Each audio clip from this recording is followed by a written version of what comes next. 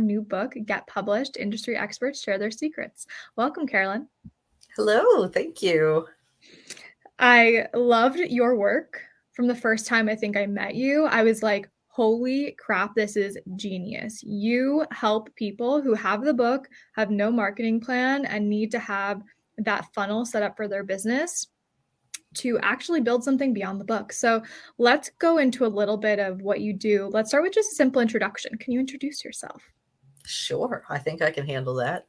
I'm Carolyn Choate, and I create sales funnels for authors. And I usually am working with nonfiction books, so coaches, speakers who have an offer that they want to lead people to, and they published a book, and they're thinking this is gonna, grow my credibility, and of course it does, but you don't really think about what am I going to do with it after this big exciting launch and we got our bestseller status and yeah, okay, but well, what's next?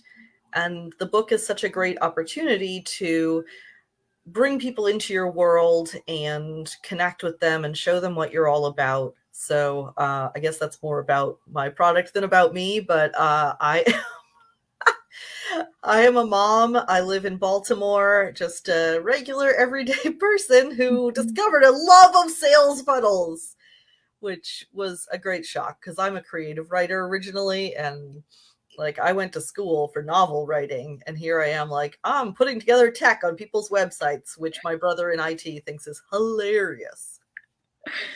I love that. I love that my brother works at Google. When I tell him all the like back end things that we have to build as business owners, whoever hands in everything, he thinks it's funny. So I hear you on that. I call him up with my IT questions. I'm like, look, I need to connect this thing to this thing. Can you help me with the API key? And he's like, sure. Of course. Let's go and talk a little bit about how you entered this world of book funnels. You mentioned that you are a writer yourself. So tell us a little bit more about how you got into the world of sales funnels. It's been a meandering journey.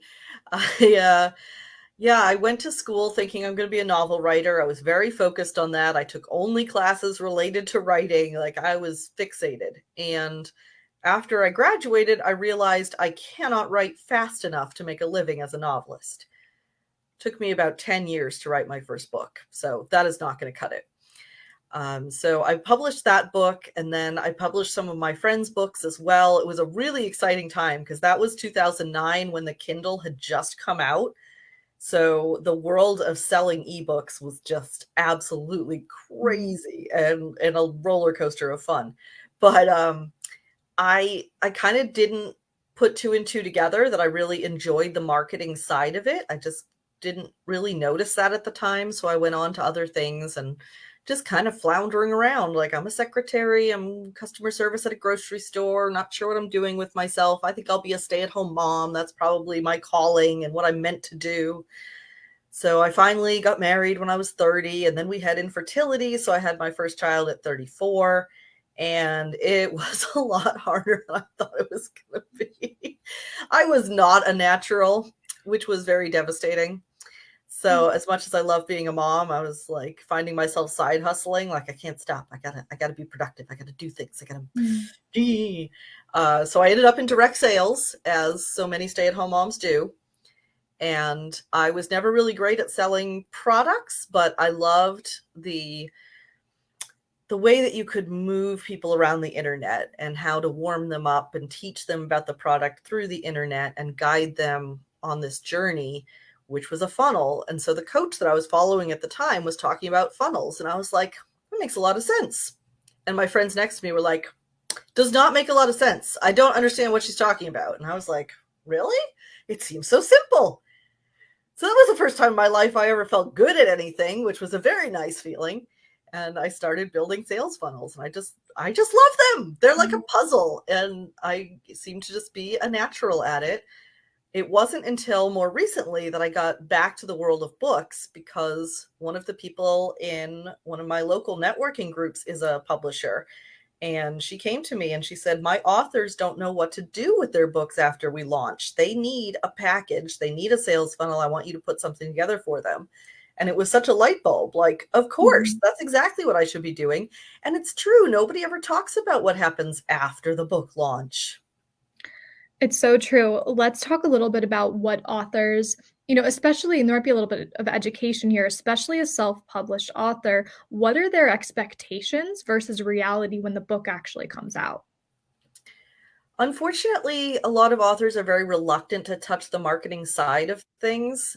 So they tend to look at it as a drudgery. Like, why do I have to do this? I wrote the book. I did my part. Somebody else is supposed to do this part. And even if you get traditionally published, chances are a lot of the marketing is still going to fall on you. Building up the Optler platform, the audience, it's still part of your job and your responsibility. So that's tough for people to hear, and they need to be able to let go of that belief that they shouldn't have to do it. So there are other ways of thinking about it. Really, building an author platform is building relationships with readers. It's building a community of people who care about the same topic that you wrote a whole gosh darn book on. So it should be a nice experience. Yeah, and I think always the reminder is like you didn't pour your heart out if it's like more of a memoir, self-help style book to have no one read it. Like we create these pieces of art for impact because we know the ripple effect that words, stories can bring on the person who receives that. And I think that's a good reminder when we're marketing the book. And I think when we're talking about, marketing, it's interesting for me because I'm just like a natural marketer, salesperson. Like that's natural for my personality. And at the same time, I've worked with people who don't want it to be like that. And I think this is one of the strengths of your work. You're putting in place a system that can also work for you. So maybe for the person who doesn't know what a sales funnel can look like for their book, can you walk us through like what that actually means? Absolutely. Yeah, we hear the word funnel a lot these days, and it can be hard to understand what they're talking about. So I have kind of a different way of explaining it than many people. I look at it as you're building a path.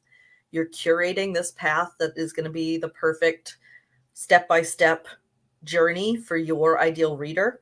And so it starts with your opt-in, which is something free that you give in order to continue the relationship with their contact information. They give you an email address, you give them a gift in return. And that gift is, when I build a funnel, usually that's a chapter from a book or a teaser section of the book. And that introduces them to you, and then you have the ability to continue the conversation because you have that contact information. So email becomes very important, and you guide them along this step-by-step journey. You're laying out this cobblestone path towards your home on the website. That's your home on the internet. So you have to guide them on that path and not drop their hand and leave them wandering around not knowing where to go. Like, put down the cobblestones, continue the relationship with them. And that can all be automated. So it becomes your job to bring people to that opt-in, to the first page, the top of the funnel. And then the machine just takes over and does it for you. So all of this is working in the background. It's working while you're asleep. It's 2 a.m. Somebody stumbles onto your webpage and they go, oh, interesting. I'm not ready to buy a book yet, but I'll come back, and then totally forget about you. Well, now you have a way of saying, oh, if you aren't ready to purchase yet, maybe you'd like this little free teaser. And they go, yeah. And then the emails introduce them to who you are and your mission in life and what you believe in, and then tells them about other ways that they can work with you or other books that you have. And it frees up your time and energy to be focusing on bringing people to the top of funnel and working with the people you are already working with. So that by the time you're talking to somebody, they are already really warmed up. They already know a lot about you and your whole mission and vision in life. Yeah. I really like because I have a similar philosophy. I like your reminder that this is about building a relationship. It's a relay, it's a give and a take. It's, how are you providing value to this person? How can you guide them along the next step? And I think it's important to remind people that sales at the end of the day, like presenting your offer to the world, there's someone out there who's looking for your services. And like all you're doing is meeting them in the middle. The people who it's not for, it's not going to be for, and that's okay. Yeah. That is not a bad thing. And that's another thing about the funnel, is it kind of separates out the people who are going to be an ideal reader or an ideal client for you from people who aren't. So it's okay to be bold with what you're offering in that freebie. If you're offering, here is a thing about public speaking and my chapter on how you can use some method or other to public speak, right? And then somebody comes along and goes, "Oh, that sounds terrible. Why would anybody want that?" Well, okay, they don't end up on your email list. That's a win. It's so, so true. Let's talk about what happens through the funnel. So what are most of your clients offering as a paid option? Like, what does it look like? Are they courses? Like, just so people listening can really understand what they could bring to you for you to set this up for them. Yeah, it's a wide variety of things. So it can lead to a course, it can lead to a discovery call, it can lead to a one-on-one coaching offer. The sky's the limit, really. Yeah. Whatever you want. I like to have an offer for it to go to, because then that balances out the cost of hiring someone like me to build your sales funnel for you. But it doesn't have to be. It's really up to you what you want it to lead towards. And if you're not ready for it to lead to a paid offer, then, lead to your community, just lead to the email list and continue to nurture them until you're ready. Like, however you want it to look is how it can look. We just think through, if I'm a stranger who would love what you're doing, but I don't know you yet, what do I need to know first? And then what? And then what? And then what? And then what? It's brilliant and it's simple. And I have to even reflect to you that you're very good at doing this with your own email list. Like, I'm on your email list and I see your emails coming in and they're nurturing, they are giving value. And like, you do it for yourself too, which I think is important in business. It's like, are we actually using these things for ourselves? It can be hard to do things for yourself for a couple reasons. Part of it is like you're so busy with client work that you never have time for your own. And then sometimes it's like, can you see the forest for the trees in your own stuff? And you look at somebody else's and it's really easy to see. So it can be challenging to do your own. For sure. Okay, last couple of questions here. What should someone know before they come to you for you to create a sales funnel for their book? I ask that people sign up if they have already published a book and they know what they want to lead to. So come with a book PDF and an offer, and I will connect those two things. I love your simplicity. So satisfying. It's amazing. And we are both part of a collaboration book called Get Published, Industry Experts Share Their Secrets.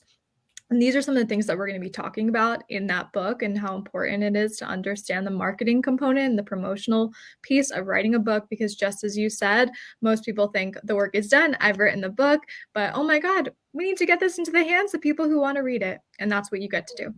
Yes. Yeah, I love it. How can people connect with you, Carolyn? And do you have anything coming up that you can support people with?